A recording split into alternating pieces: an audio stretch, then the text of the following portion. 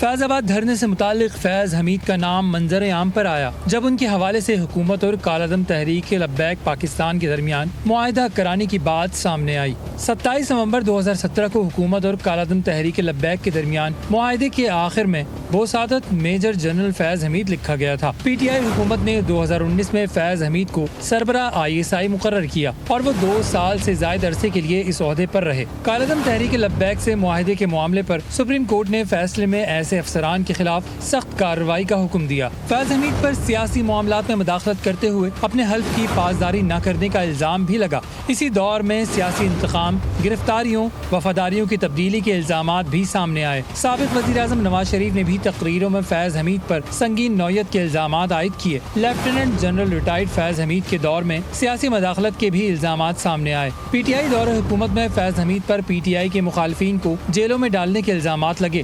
قانون سازی کے لیے اسمبلی اجلاسوں میں اراکین کی حاضری پوری کرانے کا بھی الزام لگا، ساتھ ہی ان پر بجٹ منظور کرانے میں بھی ملوث رہنے کا الزام لگا۔ فیض حمید کو 12 اگست 2024 کو فوجی تحویل میں لیا گیا تھا۔ ان کے خلاف پاکستان آرمی ایکٹ کے تحت فیلڈ جنرل کورٹ مارشل کی کارروائی شروع کی گئی تھی۔ فیض حمید کے خلاف کارروائی سپریم کورٹ کی ہدایت پر نجی ہاؤسنگ سوسائٹی کے معاملے پر شکایات کے بعد شروع کی گئی تھی۔ گزشتہ سال 10 دسمبر کو field general court marshal K تحت فیض حمید کو باضابطہ طور پر چارج شیٹ کیا گیا تھا۔ ان چارجز میں سیاسی سرگرمیوں میں ملوث ہونا، آفیشل سیکرٹ ایکٹ کی خلاف ورزیاں کرتے ہوئے ریاست کے تحفظ اور مفاد کو نقصان پہنچانا، اختیارات اور سرکاری وسائل کا غلط استعمال اور افراد کو ناجائز نقصان پہنچانا شامل تھا۔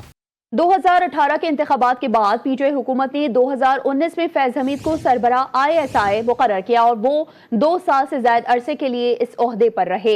فیض حمید کے خلاف کارروائی سپریم کورٹ کی ہدایت پر نجی ہاؤسنگ سوسائٹی کے معاملے پر شکایات کے بعد شروع کی گئی تھی۔ سپریم کورٹ کے احکامات کی روشنی میں فیض حمید کے خلاف ایک تفصیلی کورٹ آف انکوائری ہوئی۔ فیض آباد دھرنے سے متعلق فیض حمید کا نام منظر عام پر آیا جب ان کے حوالے سے حکومت اور کالعدم تحریک لبیک پاکستان کے درمیان معاہدہ کرانے کی بات سامنے آئی۔ 27 نومبر 2017 کو حکومت اور کالعدم تحریک لبیک کے درمیان معاہدے کے آخر میں بوسعادت میجر جنرل فیض حمید لکھا گیا تھا۔ پی ٹی آئی حکومت نے 2019 میں فیض حمید کو سربراہ ISI مقرر کیا اور وہ 2 سال سے زائد عرصے کے لیے اس عہدے پر رہے۔ کالعدم تحریک لبیک سے معاہدے کے معاملے پر سپریم کورٹ نے فیصلے میں ایسے افسران کے خلاف سخت کارروائی کا حکم دیا۔ فیض حمید پر سیاسی معاملات میں مداخلت کرتے ہوئے اپنے حلف کی پاسداری نہ کرنے کا الزام بھی لگا۔ اسی دور میں سیاسی انتقام، گرفتاریوں، وفاداریوں کی تبدیلی کے الزامات بھی سامنے آئے۔ سابق وزیر اعظم نواز شریف نے بھی تقریروں میں فیض حمید پر سنگین نوعیت کے الزامات عائد کیے۔ لیفٹیننٹ جنرل ریٹائرڈ فیض حمید کے دور میں سیاسی مداخلت کے بھی الزامات سامنے آئے۔